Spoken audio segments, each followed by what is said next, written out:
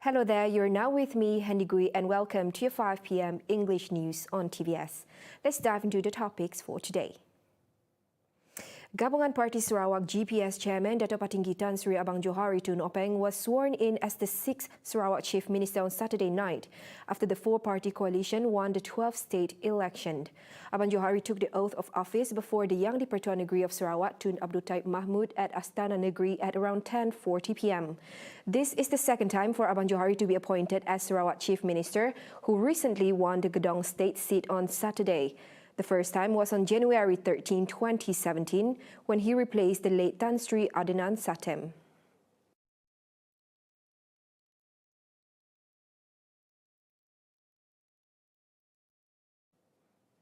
Now, GPS's victory proves that the people want a stable government. This was proven by the coalition's success in winning 76 seats in the 12th state election after helming the previous government, which was an improvement compared to the previous performance in the 11th state election when contesting under the Barisan Nasional banner. Rakyat telah memberi mandat kepada kita, Sarawak diutamakan, Sarawak first. Kedua, rakyat memberi isyarat bahawa kestabilan politik adalah penting bagi kita meneruskan usaha pembangunan di bumi kenyalang yang bertuah ini. Dan mandat ini juga adalah memberikan kuasa kepada kita, GPS, untuk meneruskan pembangunan ekonomi yang mampan dan juga sosial, dasar sosial yang mengutamakan rakyat. Ketiga, ia juga memberi isyarat betapa pentingnya kerangkuman semua kaum dalam pembangunan negeri kita ke arah 2030,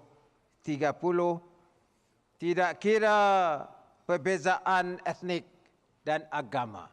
He said so in the GPS operation room at the Borneo Kuching Convention Centre BCCK on Saturday. Meanwhile, GPS's win was made even sweeter after the state-based coalition wrested 5 DAP seats, with GPS chairman and newly sworn-in Chief Minister Dato' Patinggi Tan Sri Abang Johari Tun Openg thanking the people for giving the huge mandate. Abang Johari, who is also the president of PBB, moved from his traditional seat in Satok to Gedong this time around and recorded a comfortable victory over 3 other candidates by garnering 3,607 votes. GPS Secretary-General Dato' Sri Alexander Nantalingge described GPS's victory in the 12th Sarawak state election as proof that the people believed in the party's capabilities and manifestos. With a new mandate, he said GPS will work to bring continuous development to the people in line with the vision of making Sarawak a high-income state by the year 2030. Dengan mandat yang sangat-sangat besar ini, dan kerajaan GPS nanti akan memenuhilah manifesto janji-janji sebagai kerajaan yang bertanggungjawab dan berintegriti. Jadi akan meneruskan apa yang saya fikir mengapa sebab kemenangan besar ini adalah kerana kepercayaan daripada pengundi. Jadi lebih-lebih lagi mereka yang mengharapkan pembangunan yang akan diteruskan di luar bandar, juga di bandar-bandar dan malahnya seluruh negeri Sarawak, dan juga untuk mempertahankan kepentingan hak Sarawak lah. Jadi saya fikir inilah adalah sebab-sebab besar kemenangan besar GPS ini. He said so when met by reporters at the Borneo Convention Centre Kuching BCCK on Saturday. Meanwhile, Datuk Sri Nancy Shukri, who is the Batang Sadong Member of Parliament and also Tourism, Arts and Culture Minister, said GPS will ensure that the promises made in the manifesto will be fulfilled. Jadi ini adalah permulaan untuk kita meneruskan perkhidmatan kita untuk memberi perkhidmatan kepada rakyat melalui manifesto yang telah kita outlinekan ya. Jadi syukur biarlah kita teruskan perjuangan kita melalui manifesto kita. Now, a number of political parties were surprised by the achievement of Datuk Patinggi Tan Sri Abang Johari Tun Openg as the chief of Gabungan Parti Sarawak, or GPS, so much so that it was described as a tsunami by socio-political analysts from University Malaya Centre for Democracy and Elections, or UMCDEL, Professor Awang Azman Awang Pawi. Abang Johari has proven that a modest political approach is the key to winning the people's hearts, at the same time opposing any extreme ideals that could affect the peace and harmony of the state. Awang added that initiatives such as the Bantuan Khas Sarawak Kusayang BKSS were implemented at a time when many were struggling financially due to the ongoing COVID-19 pandemic. Abang Johari's leadership has also proven that GPS is a powerful entity of its own, able to make decisions without any involvement by any political party from the Peninsula Malaysia, including Perikatan Nasional PN. Strategically, the independent success on the amendment of the federal constitution pursuant to the Malaysian Agreement 1963 has shown that only the GPS coalition is able to hold a diplomatic discussion with the federal government. The outcome of the 12th Sarawak state election has also indicated a hint of what might happen in the coming 15th Malaysian general elections. Gabungan Parti Sarawak GPS candidate for Tebedu, Dr. Simon Sinang Bada, described his winning last night as the result of a collective team effort. In his celebratory speech, he thanked his voters for the support and mandate to serve as an elected representative in the State Assembly. Yang paling penting sekali adalah ucapan terima kasih dan setinggi penghargaan kepada seluruh pengundi-pengundi di kawasan DUN N21 Tebedu ini kerana telah memberi peluang kepada saya dan memberi kepercayaan kepada saya untuk memberi khidmat selama 5 tahun yang akan datang. The GPS newcomer beat 4 other candidates with a majority of 3,273 votes from 44 ballot boxes.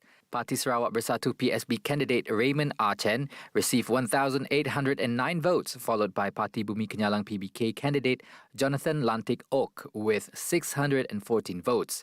2 other candidates, senior William Rada of Parti Keadilan Rakyat PKR, received 610 votes, whereas independent candidate Roland Bangu got only 108 votes. Dr. Sinang replaces former incumbent Dato' Amar Michael Manyin, who was the elected representative for Tebedu since 1996. For the record, Tebedu has 12,040 registered voters and recorded a 69.46% turnout. Right, a total of 759,627 voters, or 60.67%, cast their ballots in the 12th state election on Saturday. Election Commission EC Chairman Dato' Abdul Ghani Saleh said the number included ordinary, early and postal voters.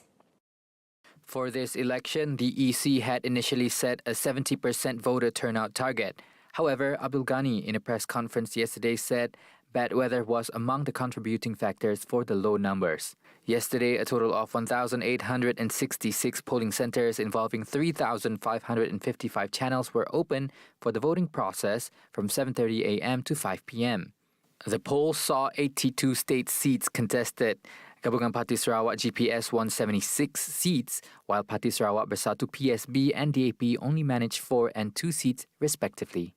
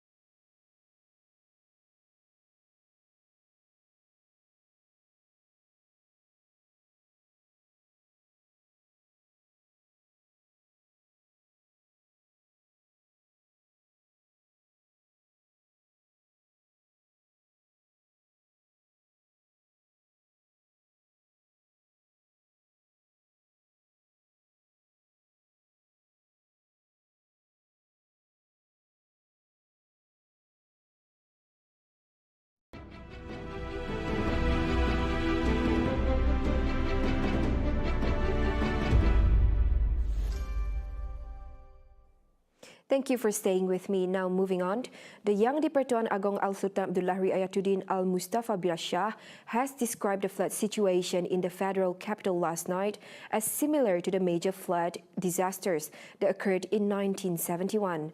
Al-Sultan Abdullah said after 50 years of the incident, Malaysians should take it as a lesson and be prepared to deal with the flood situation, especially in December and January.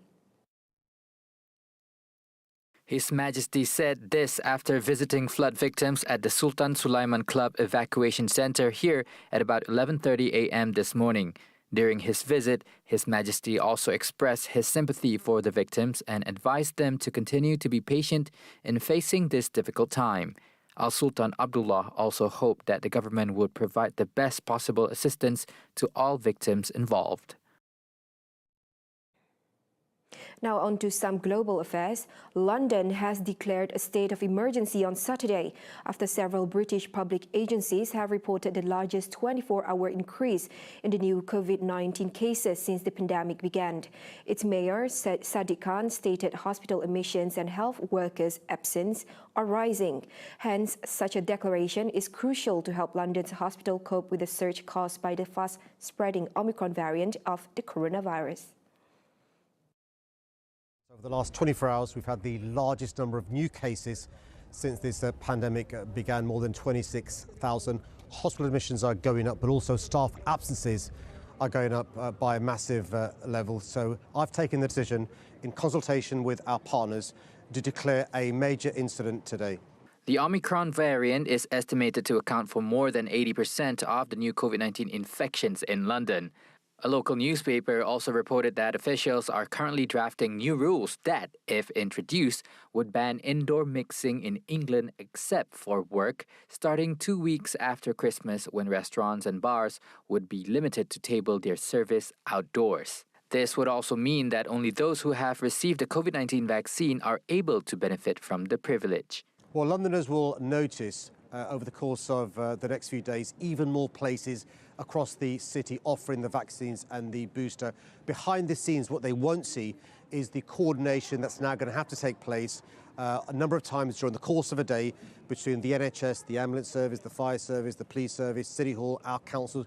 What we can't afford to see is even more of our crucial key workers going off sick because they have this virus. That's why it's so important to help us help you by getting the jabs that you need, the vaccines and the booster. Now wrapping up the 5 p.m. news, the government will provide 100 million ringgit in post-flood allocations for the repair of homes and infrastructures. Prime Minister Datuk Seri Ismail Sabri Yaakob said the government was aware of the extent of damages caused by the ongoing massive floods that hit several states. The Prime Minister was speaking to the media after chairing a special meeting on plans and actions to be taken to manage the floods. To date, 103 temporary evacuation centres PPS have been opened in 8 districts in Selangor, an increase from 48 yesterday. The Prime Minister said the Health Ministry, meanwhile, will provide doctors, nurses and necessities such as face masks, sanitizer and medication supply in all PPS. And that concludes the 5 p.m. English news on TVS. As usual, don't forget to tune in for the Nightline at 11:30 p.m. with Muhammad Yusuf. With that, I'm Hamdi Gui. Stay safe and have a pleasant day.